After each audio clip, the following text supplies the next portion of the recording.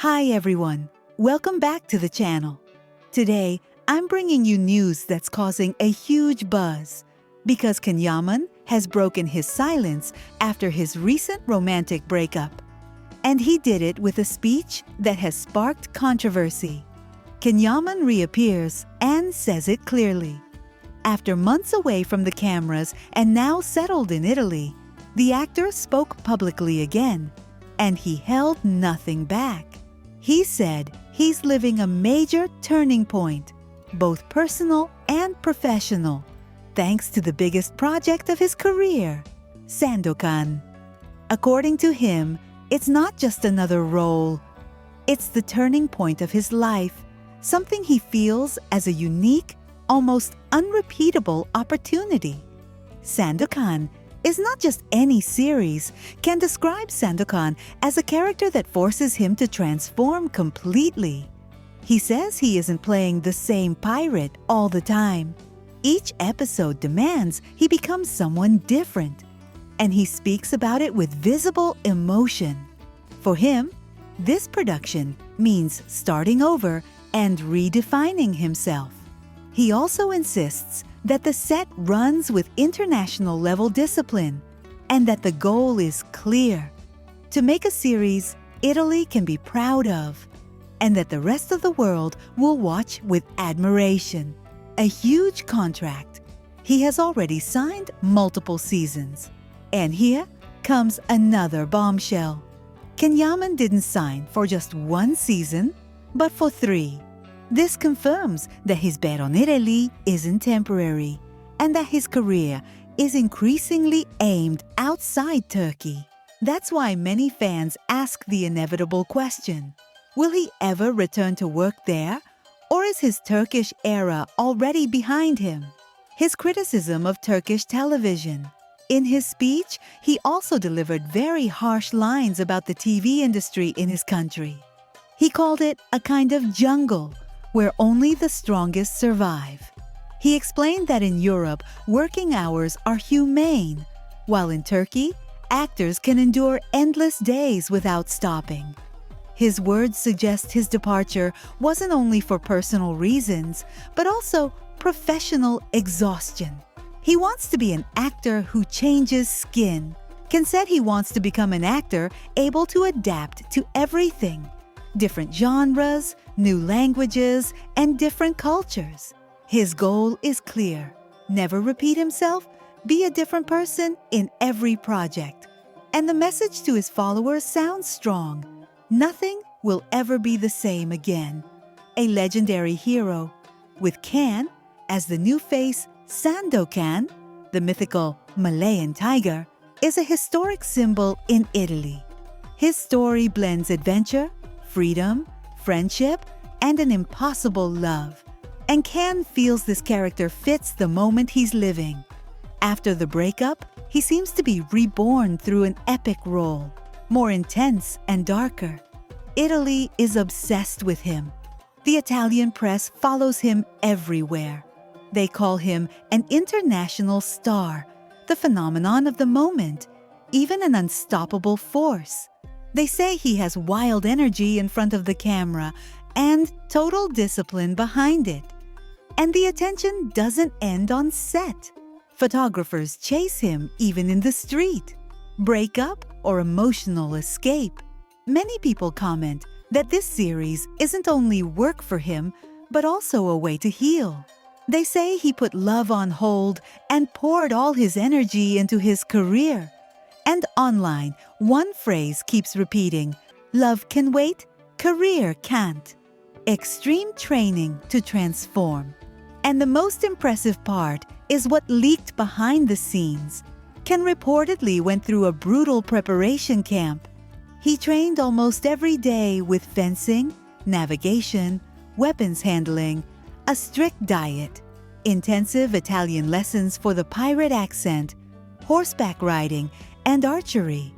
According to people on set, he doesn't look like Ken anymore. When he steps onto the stage, he is Sandokan. A global breakthrough on the way? If the first season works as expected, The series could open massive doors for him in the international market. Streaming platforms are closely watching Italian projects, and rumors are already saying producers are considering him for action films with top-level directors. When I reread those same comments in perspective, it seems obvious to me that Demet Özdemir has been too often trapped in a story she didn't choose, being the other half of an iconic TV couple. And honestly, that feels like an unfair simplification, because Demet is not an accessory to the Can Yaman phenomenon, nor merely an extension of Erkan Kuş. She is an actress with her own identity, who, with strengths and limits like anyone else, has built an independent career. And she has done it in a media and cultural environment where women are tolerated less, monitored more, and expected to prove twice as much. That's why every time the public insists on talking about the two of them, I feel that deep down, Demet's right to exist as an autonomous figure is being tested, as if she had to justify herself again and again. What really stands out to me is the quiet kind of resistance Demet has built over time. Ken often moves like a storm. He generates huge reactions, polarizes, sparks passion and anger. Demet, on the other hand, feels more like a steady current. She doesn't make as much noise, but she stays. She moves forward and she leaves a mark. And maybe that's why part of the audience keeps seeing her through the past, as if her best version were frozen in that earlier era. I don't see it that way. I see an actress trying to expand her range, step out of the light romantic comedy mold, and explore other tones. She doesn't always succeed 100%, of course, but the desire to grow and evolve is clear. And it's impossible not to notice she's judged with a harshness that often isn't applied as strongly to male colleagues. The comments also include a very strong critique of the Turkish context, described as complicated, even hostile, towards certain personal freedoms and more open attitudes about love or public life. I can't verify every single claim in detail, but I do grasp the overall feeling. The relationship between celebrities and public opinion in Turkey is tough, and it's even tougher for women. Can is attacked for becoming European, for stepping away from what's expected. Demet, if she strays even slightly off the track, faces a mix of moralism, gossip, and suspicion. That makes me think much of the weight she carries isn't artistic, but social. It's not enough that she acts well. She's also expected to behave a certain way, choose certain words, certain company, certain silences. It's exhausting and deeply unequal. That's why it irritates me when everything gets reduced to the eternal Demet and Can, yes or no, as if that were the measure of her worth. In Demet's case, this reduction is even more damaging because it steals her agency. It turns her into the heroine of a fandom-written novel instead of a professional making her own choices. And I think she has tried to cut that thread clearly, without dramatic speeches. She simply kept working, chose different projects, changed her style, and searched for other paths. You may like it more or less, but she's not someone waiting for the past to rescue her. She gives me the opposite feeling. A woman who refuses to live trapped in a single success. There's also something in Demet that I value and that often gets overlooked.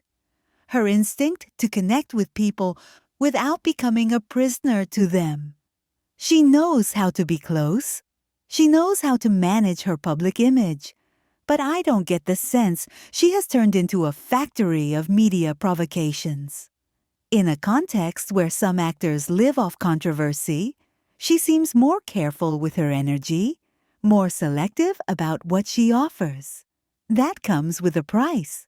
She doesn't generate daily headlines, so some interpret that she faded or lost strength. I don't read it that way. I see it as self-protection, setting boundaries, not giving everything to the spectacle.